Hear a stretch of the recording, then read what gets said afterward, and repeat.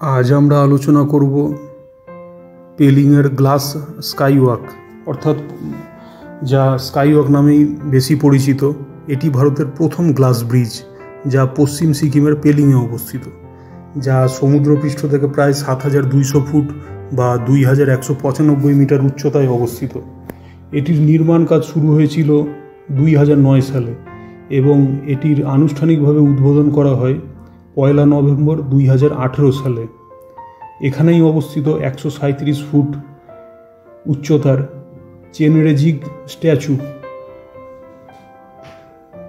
সিকিম রাজ্য সরকার এই এলাকায় পর্যটন ও বৌদ্ধ ধর্মের দর্শনীয় স্থান হিসাবে তুলে ধরার জন্য এই গ্লাস স্কাইওয়াক সহ বড় মাপের বুদ্ধ মূর্তি নির্মাণের সিদ্ধান্ত নেয়, যার মূল উদ্দেশ্য ছিল দর্শনার্থীদের জন্য হিমালয়ের প্রাকৃতিক সৌন্দর্য, গভীর উপত্যকার দৃশ্য ও মনোরম অভিজ্ঞতা প্রদান করা।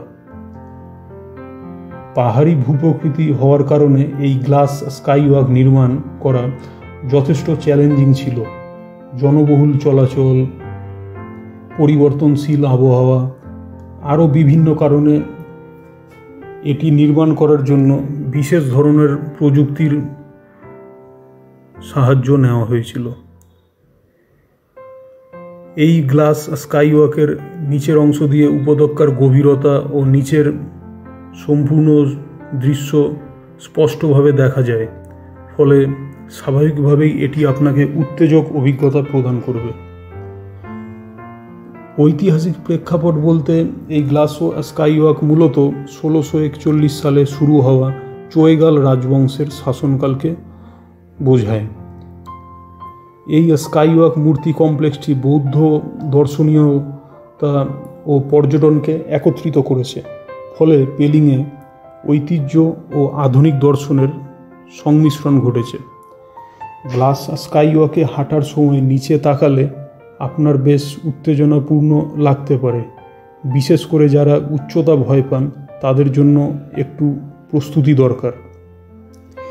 আর এই ভিডিওটি করার মূল উদ্দেশ্য হলো শুধুমাত্র ভ্রমণ অভিজ্ঞতা নয়, এই জায়গাটির ঐতিহাসিক প্রেক্ষাপট আপনাদের সামনে তুলে ধরা। তাই আমি চেষ্টা করেছি ঐতিহাসিক প্রেক্ষাপট আপনাদের সামনে তুলে ধরার। আপনারা এর মধ্যে যদি সংযোজন করতে চান অবশ্যই এই ভিডিওটির কমেন্টের লিঙ্কে অবশ্যই তা আমাকে জানাবেন।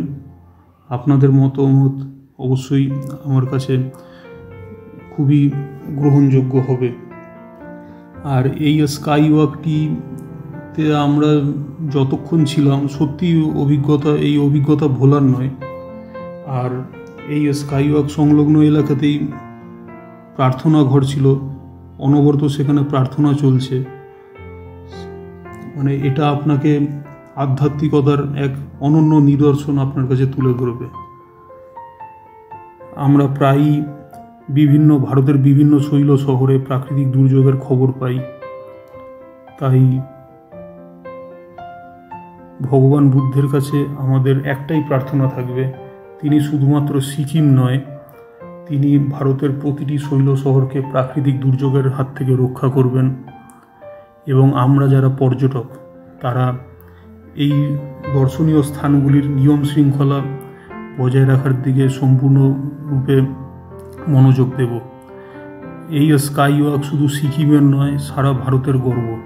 তাই আপনারা অবশ্যই এখানে সকলে আসুন এবং জায়গাটি কেমন লাগলো এই ভিডিওর কমেন্টে অবশ্যই জানাবেন।